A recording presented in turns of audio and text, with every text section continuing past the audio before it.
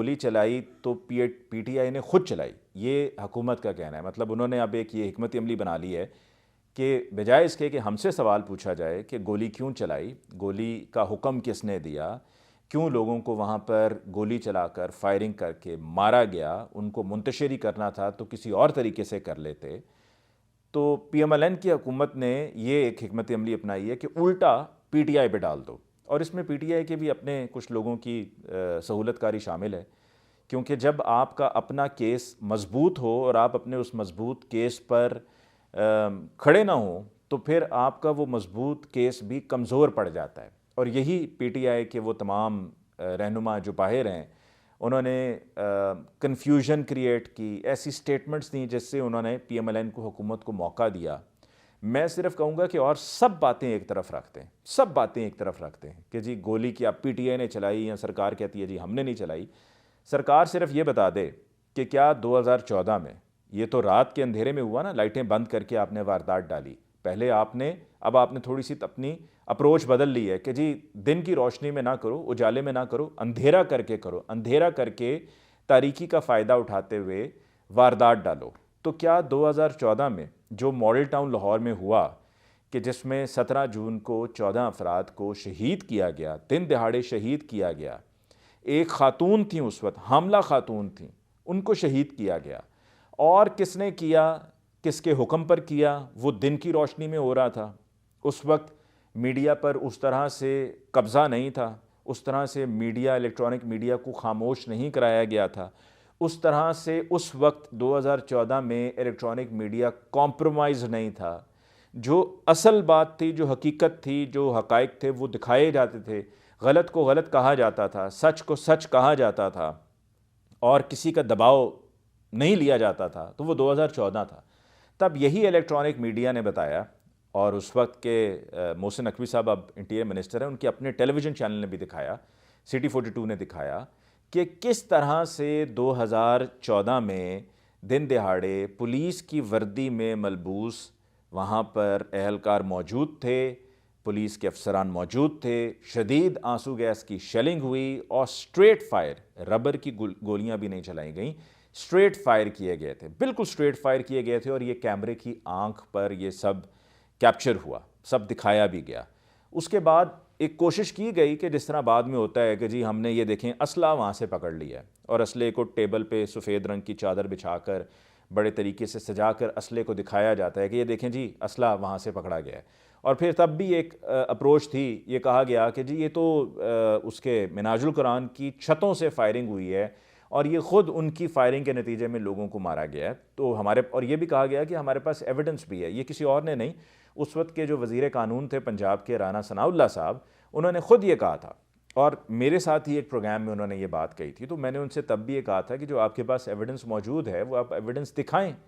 لیکن وہ ایویڈنس نہیں تھا۔ اگر ایویڈنس ہوتا تو وہ ایویڈنس دکھایا جاتا۔ تو آپ کی ہسٹری رہی ہے، آپ کی ماضی میں یہ اس طرح کی اپروچ رہی ہے، یہ جلادی سوچ آپ کی ہے، یہ قاتلانہ سوچ آپ کی ہے۔ اور اس وقت وزیر اعلیٰ پنجاب کون تھے جو اپنے آپ کو خادم اعلیٰ کہتے تھے؟ ان کا نام تھا میاں محمد شہباز شریف، اور اب وہ پرائم منسٹر ہیں۔ تو کیا جب بطور وزیر اعلیٰ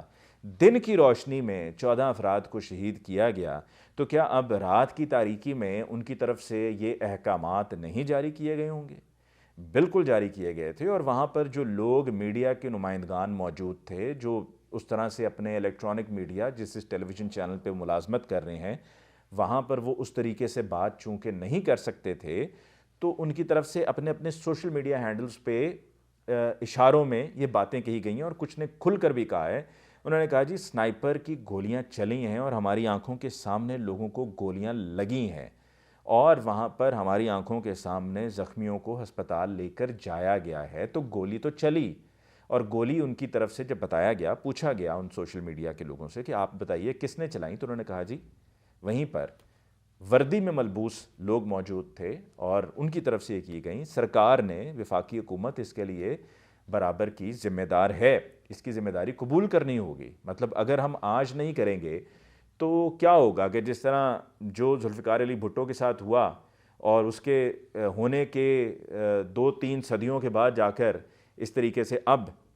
اس کا فیصلہ ہوا کہ جو ان کے ساتھ ہوا تھا وہ غلط ہوا تھا، کیا اس کا بھی فیصلہ اسی طریقے سے ہی ہوگا؟ اسی طرح ماڈل ٹاؤن کا بھی فیصلہ کیا اسی طریقے سے ہوگا؟ کیا عدالتوں میں اسی طرح سے جو لوگ ہیں، جو متاثرین ہیں، وہ رلتے رہیں گے؟ فرق کیا ہے جو اس وقت ہوا اور اب ہوا؟ پاکستان عوامی تحریک ایک منظم جماعت ہے، منظم جماعت ہے، تو ان کے جن لوگوں کو گولیاں مار کر شہید کیا گیا تھا، ان کے جو ٹوٹل صحیح کریکٹ فگرز تھے اور جو زخمی تھے وہ فوراً سامنے آئے۔ یہاں پر پی ٹی آئی کو تو سمجھ ہی نہیں آ رہی تھی، سب آپس میں تقسیم ہے، کوئی کہہ رہا ہے جی 278 کہہ کے تو وہ اپنی بات کو بالکل ہی مذاق بنا لیتا ہے، کیونکہ دوسری طرف پی ٹی آئی کی لیڈرشپ آ کے کہتی ہے جی 12، پھر ان کے پاس ڈیٹا نہیں کلیکٹ ہوا، کتنے دن تک اصل ڈیٹا جو ہے کہ زخمی کتنے ہیں، لاپتہ کتنے ہیں اور مارے کتنے گئے، یہ ڈیٹا اکٹھا ہی نہیں کر سکے، کلیکٹ ہی نہیں کر سکے۔ کیوں؟ کیونکہ آرگنائز نہیں ہے۔ کیا کس چیز میں گم ہیں، مصروف ہیں اس لیے کہ بس ہم بطور ایم این اے، ہماری ایم این اے شپ قائم رہے، ہماری ایم پی اے شپ قائم رہے، ہماری جو منسٹریز ہیں جو ہمیں پروونشلی ملی ہوئی ہیں وہ قائم رہیں، ہمارے پاس جو ایڈوائزریز ہیں وہ ایڈوائزریز ہماری بھی ہمیں اسی طرح سے دستیاب رہیں، ہمیں وہاں سے نہ ہلایا جائے، جو ہم ترجمانی کا عہدہ لے کر چل رہے ہیں ہماری وہ ترجمانی بھی چلتی رہے، اور جو ایک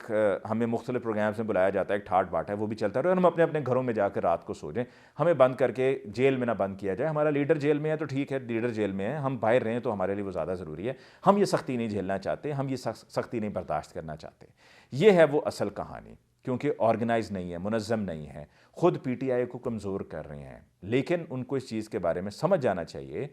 کہ عمران خان صاحب کے ساتھ کوئی بھی نہ کھڑا ہو، ان میں سے جتنے بھی ایم این ایز ہیں، جتنے بھی ایم پی ایز ہیں، جتنے بھی ایڈوائزرز بنے ہوئے ہیں، مشیران ہیں، ان میں سے کوئی بھی نہ کھڑا رہے، اکیلے عمران خان ہوں، سب چلے جائیں، چھوڑ کے چلے جائیں، تو عمران خان صاحب جب باہر آئیں گے جیل سے تو وہ آ کر اپنی نئی جماعت کھڑی کر سکتے ہیں، نئے لوگوں کو کھڑا کر سکتے ہیں، جس کو بھی ٹکٹ دیں گے، جہاں بھی ٹکٹ دیں گے وہ کامیاب ہو جائے گا، وہ جیت جائے گا۔ اور یہ جو ابھی لوگ ہیں ان کو نہ پی ٹی آئی میں دوبارہ جگہ ملے گی، یہ اپنی پارٹی پہ بنائیں گے تو وہ پارٹی پہ وہی حال ہوگا جو پرویز خٹک کا ہوا، وہی حال ہوگا جو آئی پی پی کا ہوا، استحکام پاکستان پارٹی کا ہوا، ان کا بھی وہی حال ہوگا۔ پیپلز پارٹی ان کو نہیں لے گی، پی ایم ایل این ان کو نہیں لے گی، تو یہ یعنی کہ نہ 3 میں رہیں گے، نہ 13 میں رہیں گے، نہ ادھر رہیں گے، نہ ادھر رہیں گے، کوئی ان کی حیثیت نہیں رہے گی، اور آخر میں سرخرو ایک ہی شخص نے ہونا ہے جس کا نام عمران خان ہے، جو 5 اگست 2023 سے جیل میں بند ہے۔ یہاں پر مختلف لوگوں کی آرائیں، پنجاب کی بات کریں تو جی ویڈیو بنا لیتے ہیں، میں پہلے بھی کہہ چکا ہوں کہ یہ ساری ایک فلم میکنگ ایک اپروچ چل رہی ہے، ایک ڈرامے بازی چل رہی ہے، فنکاریاں چل رہی ہیں، رنگ بازی چل رہی ہے کہ جی نکلو 3-4 گاڑیوں کے لوگ ہوں، قافلہ ہو، اور آپ ایسا کریں لو کیمرہ رکھ کر آپ اس کو ریکارڈ کریں، ہم پر فوکس کریں، اور یوں ہی لگے کہ جی دیکھیں پیچھے بڑا قافلہ ہے، جی پیچھے جی لوگ ہی لوگ ہیں، عوام ہی عوام ہے، اور رات کی تاریکی میں کرو تو تاکہ اور زیادہ ذرا وہ چیزیں کور ہو جاتی ہیں، یعنی کہ چھپانے میں آپ کامیاب ہو جاتے ہیں، جو کہ آپ دن کی روشنی میں کریں گے تو پھر بھی ہو جائیں گی، لیکن ذرا تھوڑا سا اور ایفرٹ کرنی پڑے گی۔ تو یہی کیا حماد اظہر نے بھی، یہی کیا باقی تمام جو ایم پی ایز ہیں پی ٹی آئی کے، انفارچونیٹلی جو لاہور کے صدر بنے پھرتے ہیں امتیاز شیخ صاحب، میں نے ان کو سوشل میڈیا پہ ٹویٹر پہ اسپیسز میں سنا تھا، پہلے بہت بڑی بڑی باتیں کر رہے تھے، لیکن نتیجہ کچھ بھی نہیں ہے۔ بعد میں پھر 2-3 لوگ جو ان کے حمایتی ہیں، سپورٹرز ہیں، کیونکہ سوشل میڈیا پہ بھی کیا ہوتا ہے، لوگ لوگوں کو چھوڑ دیتے ہیں کہ بھائی نکلو فلاں نے میرے خلاف بات کی ہے، اس کو گالیاں دینا شروع کر دو، نکلو فلاں نے میرے خلاف بات کی ہے تو اس کے خلاف ایک پروپیگنڈا شروع کر دو، اس کے اوپر کوئی الزامات لگانا شروع کر دو، بس میرا دفاع کرتے رہو، پیسہ خرچ ہم کریں گے، 4-5 لوگوں کو رکھا ہوا ہوگا اس کام کے لیے، اسی طرح 4-5 لوگوں کو لے کے کسی بھی پیٹرول پمپ پہ کھڑے ہو کے تصویر کھینچ کے لگا دیں گے کہ جی روانگی سے قبل، یہ اس وقت کی تصویر ہے۔ ایسا بھی ایک ایم پی اے ہے جو پہلی بار ایم پی اے بنا، جس کو اپنی گلی میں لوگ ووٹ نہ دیں، جس کو شاید ہو سکتا ہے اس کے اپنے پڑوسی ووٹ نہ دیں، جس کو ہو سکتا ہے اس کے اپنے گھر والے ووٹ نہ دیں، اپنے خاندان والے ووٹ نہ دیں، وہ ایم پی اے بن گیا، اور اتنا بڑا سانحہ ہو گیا۔ ہر جان قیمتی ہے، ہر کسی کو اس بات کا احساس کرنا چاہیے، چاہے وہ ایک شخص ہو، 10 ہوں، 12 ہوں یا زیادہ ہوں، جان گئی ہے، احتجاج کرتے ہوئے گئی ہے، کس کے لیے گئی ہے؟ آپ کی پارٹی کے لیے گئی ہے، آپ وہاں پر خود موجود نہیں تھے، تو آپ کو شرم کے مارے احساس کرتے ہوئے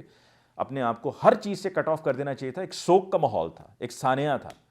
اور ایک سانحہ بحیثیت قوم بھی ہمارے لیے ہے کہ ہمارے ملک میں آخر کوئی احتجاج کے لیے نکلے تو اس کو احتجاج سے منع کر دیا جاتا ہے، کوئی ویسے آواز اٹھائے تو اس کی آواز کو دبا دیا جاتا ہے۔